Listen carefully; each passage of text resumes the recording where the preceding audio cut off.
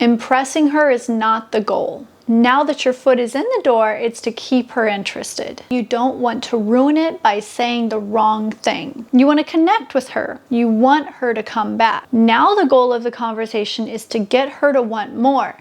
And there's one more goal. That's for you to learn more about her. You accomplish both of these by engaging in conversation. It's a dialogue. It's not to list your talents, smooth talk, or finesse her. First of all, don't put your date on a pedestal. She's human just like you. She makes mistakes. She wonders if she's saying the right thing. She goes over it in her mind again and again. Don't look at the conversation as if you have to impress her. This date isn't just about them. It's an opportunity for you to learn more. The date gives you time to evaluate, to see if you even want to go on a second date. Imagine your date is leaning in. All her attention is on you. You're interesting, and you know if you ask her out again, she'll say yes. Let's go over what could happen. They'll ask you questions and you answer. You ask them questions and they answer. If you're nervous, ask more than you answer. That's a good rule to follow anyway. People like to talk about themselves. It makes them feel like they're in control because they know the answer. They feel confident. Mention something you saw in her profile or something that you picked up, like a hobby or a photo or a trip they went on. Jot it down on your phone and review it before you meet. Ask their opinion. It makes people feel valued. You could say something like, I was thinking of doing this or going here.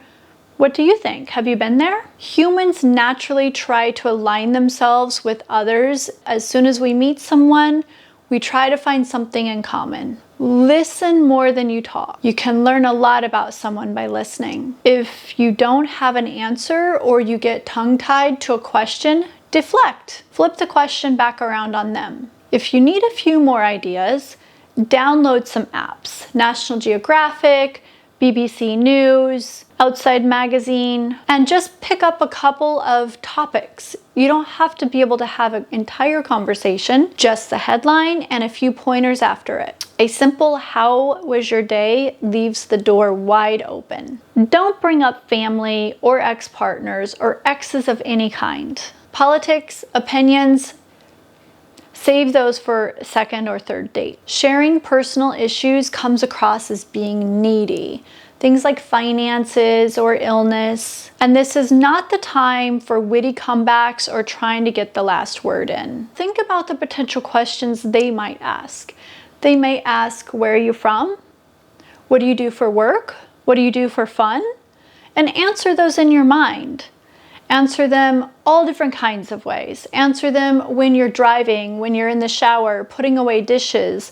That way it becomes a routine. We all get worried the other person is going to analyze every little thing we say. This creates a lot of anxiety. It continues to compound and the situation hasn't even happened yet. Instead of putting anxious energy out there, remember you're special. You have an entire lifetime of activities and ideas and experiences to share with someone. Look at it sort of like a job interview, and you go into any job interview by prepping. Put together a list of things that you like about yourself, such as a hobby, sport, project, something you can converse on. If nothing comes to mind, then pick up a book and start reading it. Remember, you want them to want more. You want them to leave the date thinking, wow, I want to know more about this person.